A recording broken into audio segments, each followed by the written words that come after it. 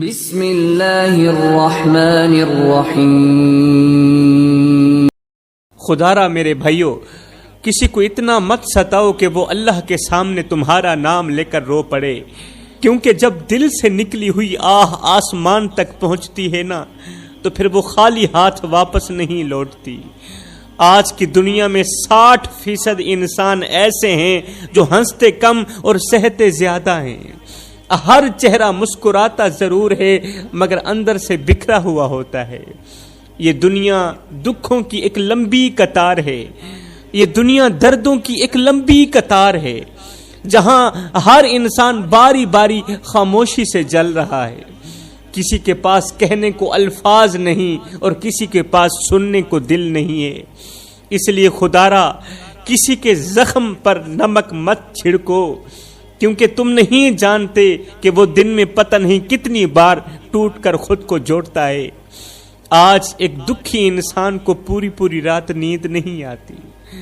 جب بھی آنکھ لگتی ہے تو کوئی نہ کوئی فکر اسے جھنجھوڑ کر اٹھا دیتی ہے۔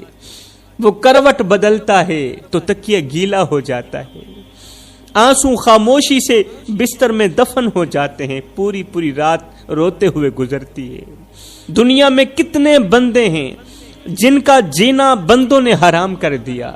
کوئی لفظوں سے مارا گیا، کوئی رویوں سے ٹوٹا گیا، کسی سے حق چھینا گیا تو کسی کی عزت نوچی گئی، کوئی طاقت کے نیچے دبایا گیا تو کوئی تماشے کا موضوع بنایا گیا۔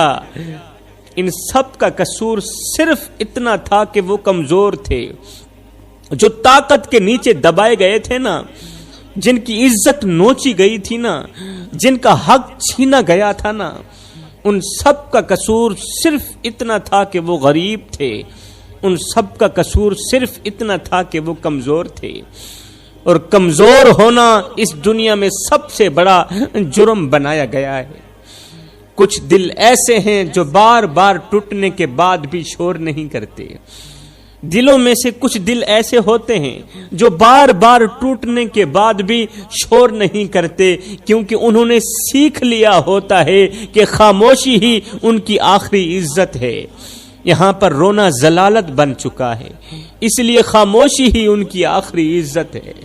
یہ وہ لوگ ہیں جن کے آنسو تکیے جذب کر لیتے ہیں، سرانے جذب کر لیتے ہیں، جن کے آنسو اور چیخیں سینے میں دفن ہو جاتی ہیں۔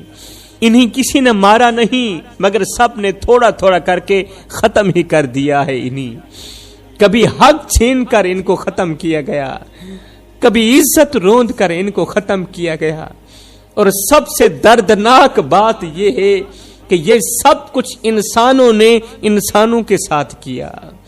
یاد رکھنا میرے بھائیو، اللہ کے ہاں نہ شور سنا جاتا ہے نہ شان دیکھی جاتی ہے، بلکہ وہ آنسو سنے جاتے ہیں جو اندھیرے میں گرتے ہیں، کسی کو خبر ہی نہیں ہوتی۔ آج کتنے باپ ہیں جو راتوں کی تنہائیوں میں اٹھ کے روتے ہیں۔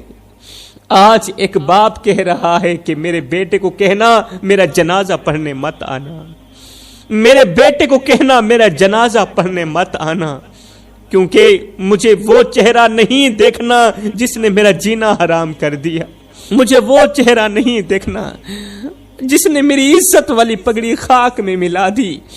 وہ باپ جس نے بیٹے کو اس نیت سے بڑا کیا تھا کہ موت کے وقت بیٹا مجھے کندھا دے گا اور لوگ کہیں گے یہ بیٹا اپنے باپ کا مان ہے، یہ بیٹا اپنے باپ کا فخر ہے، مگر آج وہ باپ زندہ ہوتے ہوئے بھی اکیلا ہے، اور یہی اکیلا پن اسے بار مار رہا ہے، یہی اکیلا پن اسے درد دیتا ہے، اسے تکلیف دیتا ہے۔ وہ باپ جنازہ نہ پڑھنے کا کہہ کر بد دعا نہیں دے رہا، بلکہ اپنی آخری بے عزتی سے خود کو بچا رہا ہے، کیونکہ اسے معلوم ہے کہ جو بیٹا زندگی میں وقت نہ دے سکا وہ موت میں صرف رسم ہی نبھائے گا۔ جو جیتے جی میری عزت نہیں کر سکا، جو جیتے جی مجھے مقام نہیں دے سکا، وہ موت کے وقت مجھے کس طرح مقام دے سکتا ہے، وہ موت کے وقت مجھے کس طرح عزت دے سکتا ہے۔ وہ صرف ایک رسم نبھانے آئے گا۔ ایک بوڑھا شخص قبرستان کے اندر آہستہ چل رہا تھا، اور سوچ رہا تھا کہ اگر یہاں پر میری قبر بن جائے تو شاید یہ جگہ مجھے قبول کر لے گی۔ ایک بوڑھا شخص تھا، آہستہ آہستہ قبرستان کے اندر چل رہا تھا اور سوچ رہا تھا اگر یہاں پر میری قبر بن جائے، یہ جو جگہ ہے یہاں پر میری قبر بن جائے تو شاید یہ جگہ مجھے قبول کر لے گی۔ اچانک دل نے کہا نہیں، قبر کے ساتھ ایک درخت بھی ہونا چاہیے۔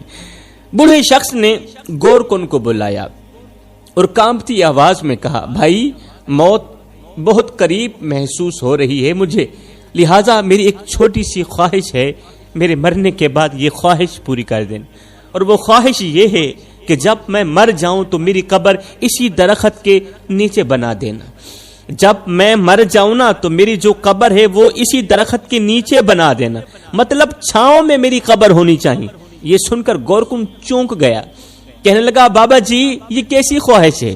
میں زندگی میں پہلی مرتبہ ایسا سن رہا ہوں، اگر اس خواہش کے پیچھے کوئی کہانی چھپی ہوئی ہے تو ضرور سنائیے۔ یہ سن کر بوڑھا شخص رونے لگا، رو کر بولا، بیٹا 10 سال گزر گئے ہیں، آج سے 10 سال پہلے میرا بیٹا مجھ سے روٹھ کر ناراض ہو کر مجھ سے جدا ہو گیا تھا۔ آج سے 10 سال پہلے 10 سال ہو گئے ہیں، اس نے میری شکل دیکھنا بھی گوارا نہیں کیا۔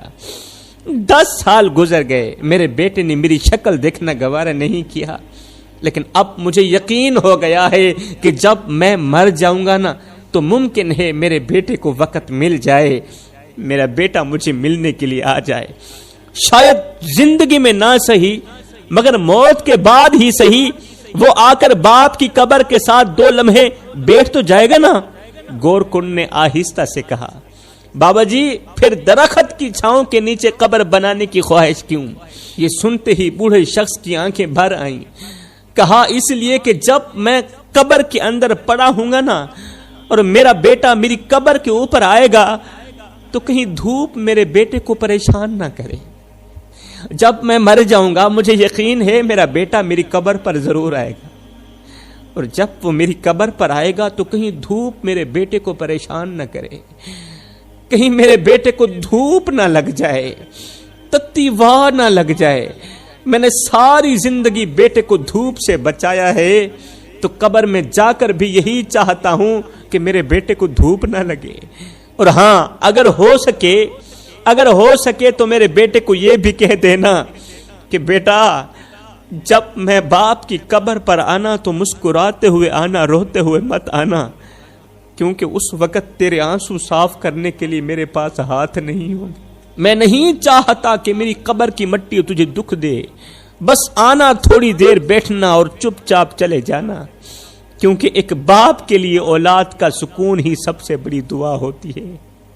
عیداں تے شبراتاں آیاں تے لوکی کرانو آئے، او نہیں آئے محمد بخشا جنہیں آپ ہاتھیں دفنائے۔